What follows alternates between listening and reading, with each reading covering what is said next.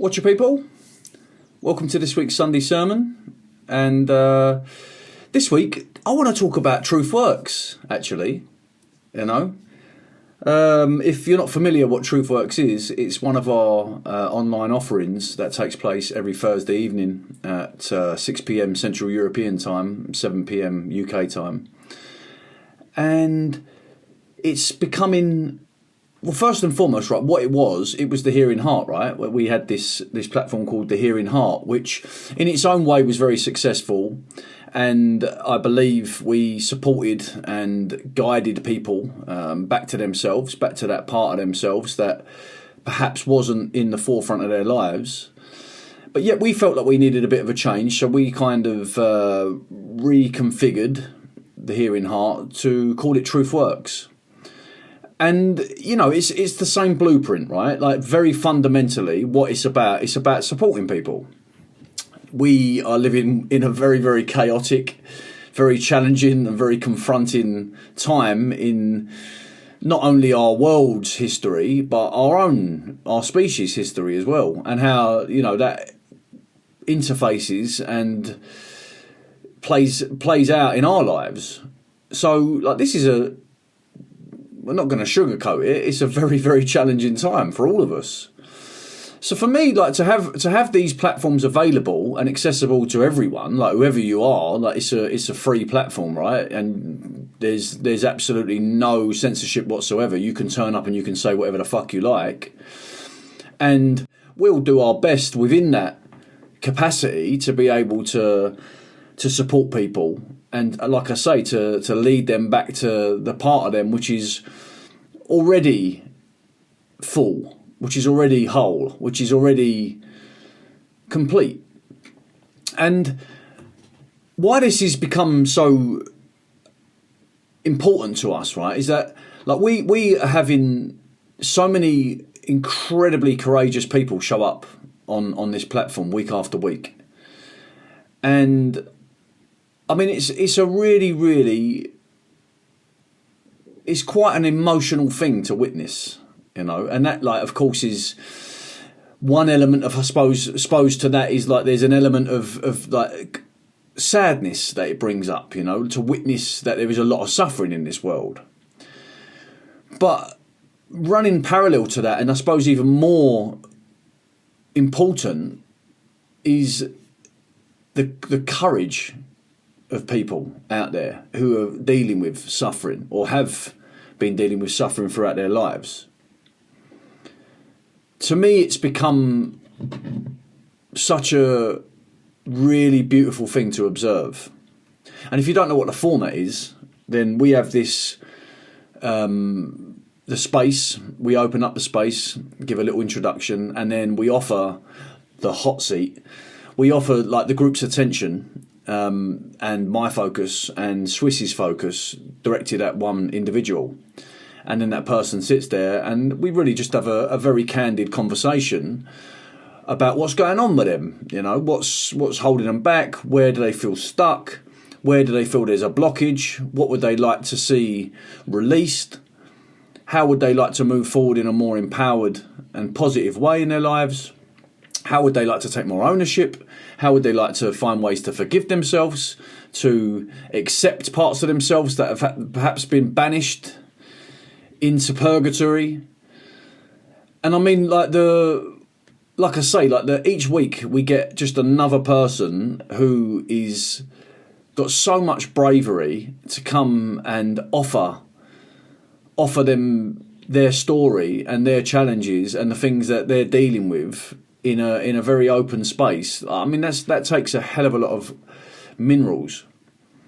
And I feel that what's so important about that is as soon as we're able to voice that stuff, as soon as we're able to say it, like, straight away, as soon as it leaves our mouth, even before, as soon as we've made the decision that we're gonna say something about this today, then the reaction on a cellular level is that there is something shifts. Something starts to shift. We've almost shone a light on this area that perhaps has been something that has carried a lot of shame, or it's carried a lot of resentment, and so we perhaps don't want to look at those areas in our history or in our makeup. And yet, as soon as we do, we give it a lot of the time some of the unconditional attention and focus, which is non-judgmental and it's non-critical, because that's what this space is about, right? It's an incredibly sacred space where we're just literally in real time, in the most spontaneous way possible, we're just finding out like what's going on with someone, and we're reacting to that in the same way that they are. And what's beautiful about that is that there's no agenda, right? And so a lot of the time is that we can have an agenda with some of the parts that we buried. And it's sort of like, I don't want to look at that because, or, you know, if I do bring that up, then it's going to be to say that I don't need that anymore. And I feel that like if any of that, there's almost sort of like an expectational agenda there. And sometimes that can put a little bit too much pressure on people. And sometimes when we do that to ourselves, it can almost feel like a little bit forced and a little bit, it's adding more to the burden and to the stress, is that like this is something that needs to leave. Well, in fact, really, like we can just see it as something like as a beautiful adventure, right? A way of just being able to get to know ourselves better. Because that's what life's all about, right? As much as we can inquire out there in the external world, and we're looking to adventure and looking to discover, and we're looking to be like this, almost sort of like the explorers of our age out there in the world. Like, what can we find and what can we uncover? And like, I would love to know that there's what's going on out there and what's that truth. And yet, once we undertake that and shine all that in, and that becomes an internal inquiry, an internal discovery, internal exploration, that's when we're really getting somewhere. And to be able to sort of take a step back and give yourself a different perspective on that is an incredibly, incredibly valuable way of looking at yourself and your history. And once, like, one of the things is this is what we offer, right, on TruthWorks, is that just by starting that conversation, we are able to create a different perspective. And that a lot of the time comes through the dialogue, right? And because you know what it's like yourself, right? When you're in that place when you're sort of like, like fucking this is doing my head in, this thing, this story, this identity, this thing, and I'm locked into this. And it's very, very difficult for us to be able to grab hold of a different perspective that then might just allow us to see it from a different place. Maybe that place is not so attached to that identity or to that story or to that experience. And then we can start to be able to work through that. Like, how do we then sort of see it? And that's sort of the wonderful thing about having a neutral place to be able to do that with people who are genuinely invested in the well-being of whoever shows up on that given TruthWorks episode. And once we get into that dialogue, then it becomes clear straight away that we're able to see things that perhaps that person wasn't able to. And like, you could do the same for me, right? I could be sitting there going, well, this and this and this, and you're just going to ask a couple of choice questions that then straight away they invite another different perspective that perhaps I haven't thought about before because I'm too in it, you know? And so, like, week after week, we're getting these such incredibly brave people, like lion hearts is what I like to call them. They're turning up and they're able, first of all, to be vulnerable enough to be able to say, listen, do you know what? Like, I'm struggling with this. And that's the first step, right? Is admitting that you're having a trouble with something. That's a vulnerability that we all have, isn't it? We all have got that. It's just that perhaps some people haven't got someone in their life that they're able to speak to on that level at the moment, yeah, which is completely understandable, because if you look at the way the fucking world is, we've all been turned against each other, you know, and like many people are finding that what pre-pandemic, their relationships with certain people were very, very strong and there was a lot of trust there, and post-pandemic a lot of those relationships have been destroyed because one person thinks this, another person thinks that, and now you're at loggerheads. And so when there's the opportunity and the invitation to come along to a space that is completely and utterly uncensored and neutral, we're able then to be able to enter into a really, really beautiful discourse between each other, to start to pick through what is it that's in the way? Because that's one of the things we were talking about on last night's session, right, with a amazing fella called Mel. And like we were saying, that there's a great quote by a guy called Ram Dass, who probably some of you are familiar with. And he's saying, like, we're so good at getting in our own way. And that's what we're doing, right? That's often what we're doing, is we're busy getting in our own way. And we do so with all of this stuff that has got this apparent and very, very relevant story in our lives. And actually, once we pick through it, we realise that it's just in the way a lot of the time. But we have to be, we have to want to turn up in that way for us to be able to get through that stuff. So personally, like I see this. I laughed and joked about it last night, right? And Swiss is always reminding me, like, listen, it's not about the numbers. And I spoke to one of my good friends today, and I was telling him about the same thing I'd mentioned last night. And he was going to me, listen, Dan, it will come. It's not about the numbers. But I'm impatient, right? And I've been chomping at the bit for the last 6 years. And really, quite quickly, during pandemic stuff, started to realise that, it's about how we react and how we create the best version of ourselves that is going to be the thing that positions us in the right way for whatever the world chucks at us, right? So I always feel like I'm early, I've said that very often, is like, and probably I'm preaching to the converted again, is that many of my audience, or our audience on the Free Folk project, feel the same, is that like, we're fucking hell, we're like, why can no one else see this? And I talked about last night is that you've got these platforms like OnlyFans, which is a very, very shallow, superficial and really, really awful space that allows people, male and female, to parade their bodies and to answer requests for money, to do like pornographic stuff on screen to their audience for money. And it is so popular, it just goes to show like how like really, really fucking desperate mankind has become, because these platforms have become so popular and so monetized.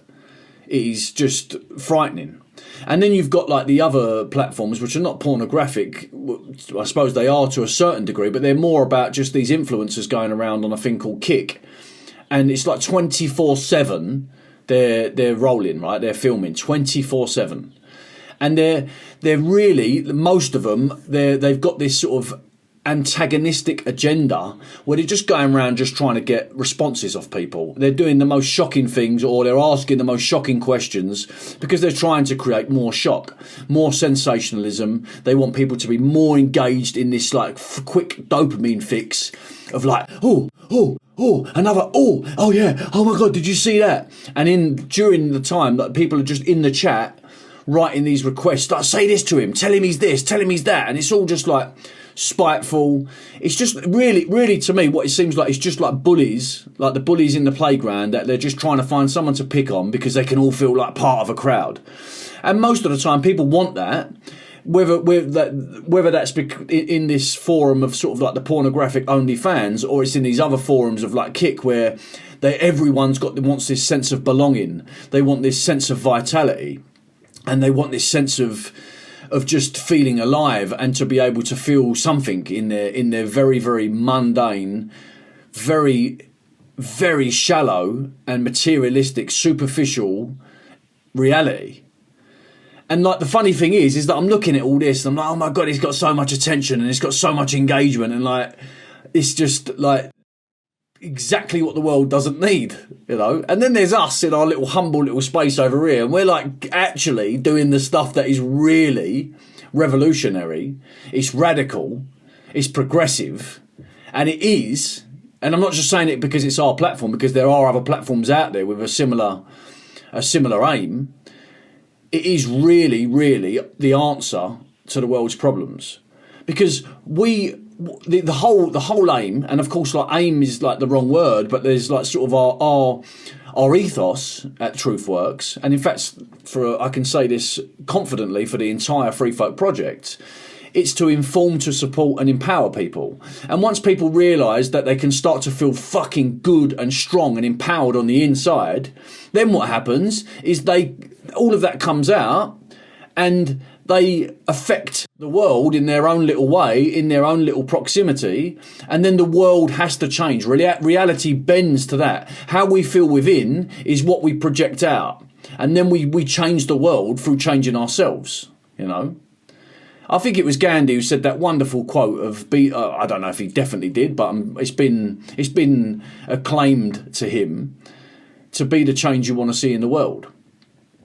So, like, on a very basic thing, that's how we're approaching this, right? Is that if somebody feels like bad and they feel unworthy and unlovable and they feel low self-esteem, low self-worth, they feel like they've got no self-love, and their life is a projection of that in the external reality, in the way that they eat, the way that they show up in certain situations, their relationships are toxic and dysfunctional, and their life is spiraling out of control. Their internal dialogue is on fucking meth and a negative fucking radio station. In fact, this wonderful geezer called Mel last night, he's got, like, because I call mine Radio Danny, you might have heard me say it before, and he calls his cunt FM. Which all of us last night on the call, we were just crying. I was just, cunt FM is the one, you know. I think that's how all of us should refer to that noise that's going on in our head that is putting us down and that is causing us to live within this very, very negative and limiting paradigm that is in our nuts. Cunt FM, eh? We need to do something with that. So our approach on TruthWorks is to invite people to come along and to be able to confront that stuff, right, in the most gentle way possible, right? We don't want it to be in a way of like you're running at it, like trying to kill it, because it's a part of us, right? And I understand that many people would be thinking, okay, yeah, but you know, there is, and I've said this myself, right, is there is, without a doubt, there is another influence on this earth, right? And very often I feel like we hear stuff and stuff is influencing us that is not us, right? And there's some truth in that, but it runs parallel to our own story, doesn't it? And in fact, like the what we could say is that where was that in story injected in our fucking ancestral lines? Where was that impregnated in our patterns and our programs in our childhoods and in our parents' childhoods and all the way through? So somewhere along the line, it's like one and the same, you know? And so like, I don't think we need to get into the big fucking like explanation of that and to like really get into the nuance of that, because for me it's like it's really a never-ending story. Never-ending story. And really for me the answer, whether it's out there and it's a interdimensional influence, it's demonic entities, if it's that, or it's ourselves and this story that's been put into us from an early age for whatever reason, because of our environment, because of society, because of critical parents, abusive fucking carers, whatever, yeah. Like what we can look at that to a certain degree, but really the answer again is self-love, isn't it? It's just like how do I say to myself, right, okay, yeah, that's going on, all right. How do I then transmute that into something that makes me feel good again and makes me feel I am worthy and I am lovable and I love myself and I'm going to prioritise my self-care over everything in my existence, because that is what life is about. And once we do that, we become better fathers, better sons, better brothers, better lovers, better friends, better leaders, you know? So like, and then the thing is as well, on an energetic level, then I personally believe that we're becoming even more impenetrable to that influence, wherever it is. And of course, these practices is something you figure out along the way, right? And how that relates to your own individual existence. But the answer again is, as soon as you start to feel self-love, you're only going to pick the things that are good for you. And you're going to stay, all of a sudden, you're going to be like, do you know what? I don't want to do that because it doesn't make me feel good. I don't want to hang around with that person because I don't come away from there feeling good. I don't really want to go to that place because it's not really for me anymore. And once we build and build and build and build upon that foundation of self-love, then that stuff just becomes automated then. And then we're literally walking through life and we're just very, very clear from the get-go.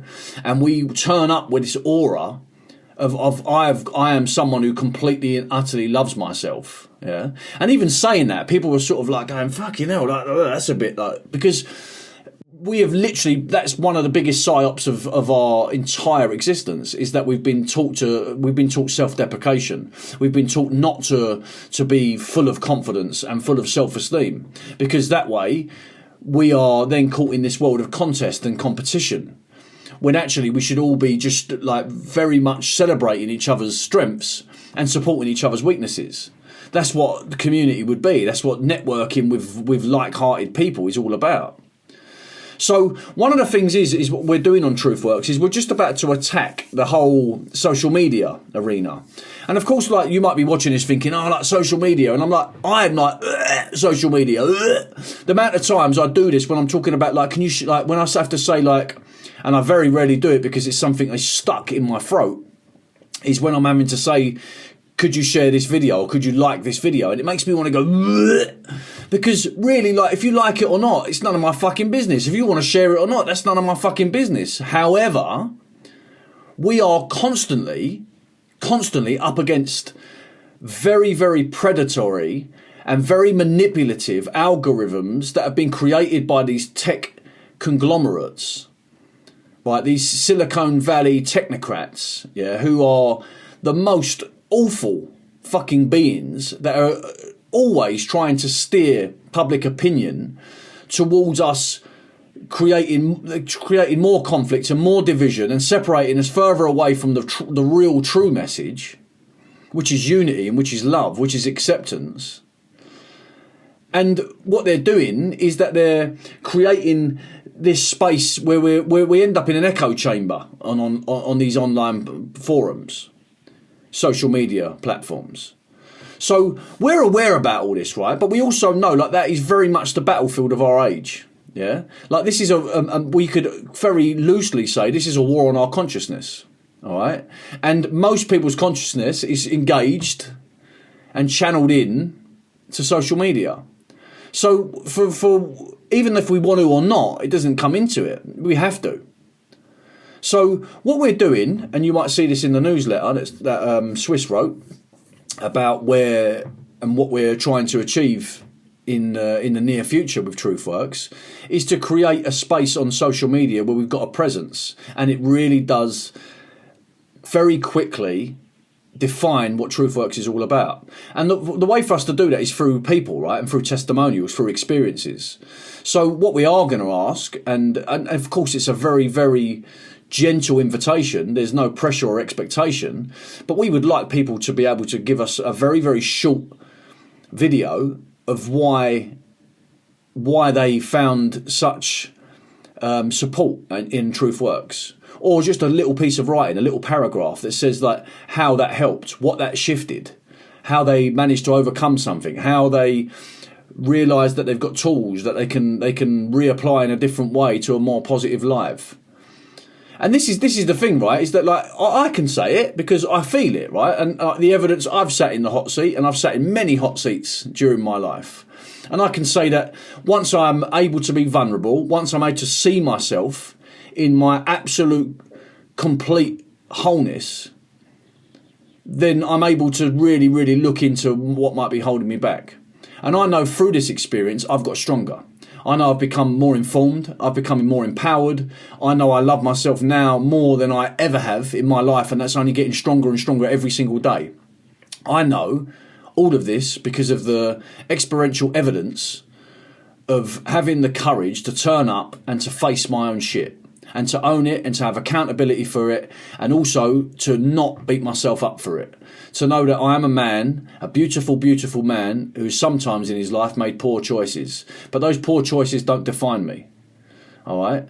You can still, this is one of the things I said to someone the other day, is that we can still be a beautiful man, but we can still make poor choices. That's just the way it is, right? That's what this experience is about. We're fallible, and that's how we grow. So once we start to build this big, beautiful picture about what life is really about, and we start to stop being so hard on ourselves and start being able to enjoy this process and enjoy this adventure, enjoy this self-inquiry, and to do it from a space of being the observer, the loving gaze of the observer is how we see ourselves. It's like, do you know what? I'm going to nurture this fucking being. I'm going to look after this physical entity of mine.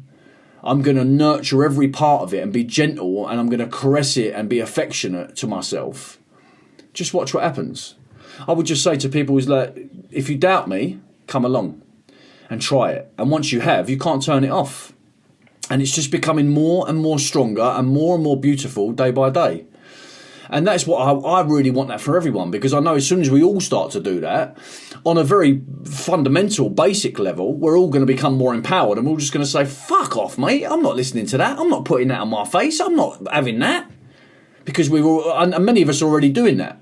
But we want to reach the people that next time round are going to be able to say the same thing again. And if it's not that, maybe it's digital IDs, or maybe like all of the things that the corrupt and compromised states overreach in our lives.